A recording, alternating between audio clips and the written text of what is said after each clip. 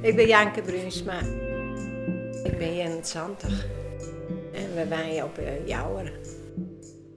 Ik maak een soort jam en nou ja, dat word ik eigenlijk wel kwijt.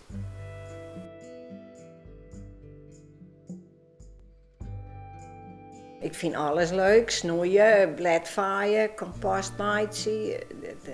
Als ik maar mijn handen broeken kan, dat vind ik leuk. Bramenstruik, druivenstruik, pram, kersen, ja. 13 soorten heb ik.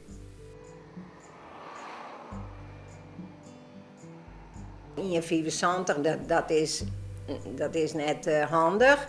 En €2, dat vind ik te duur. Nou, dan is €1,50, dan haast er zelf nog een beetje van over.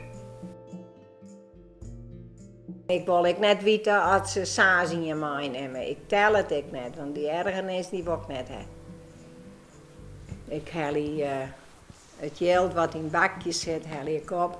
Bakje ben ik al 2 keer kwijt geweest trouwens, maar ik heb beide keer met me omgekregen. Maar ja, ik wil het gewoon leuk houden.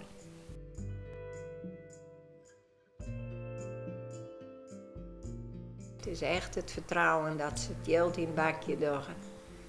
Nou ja, er zijn meer goede mensen dan minder.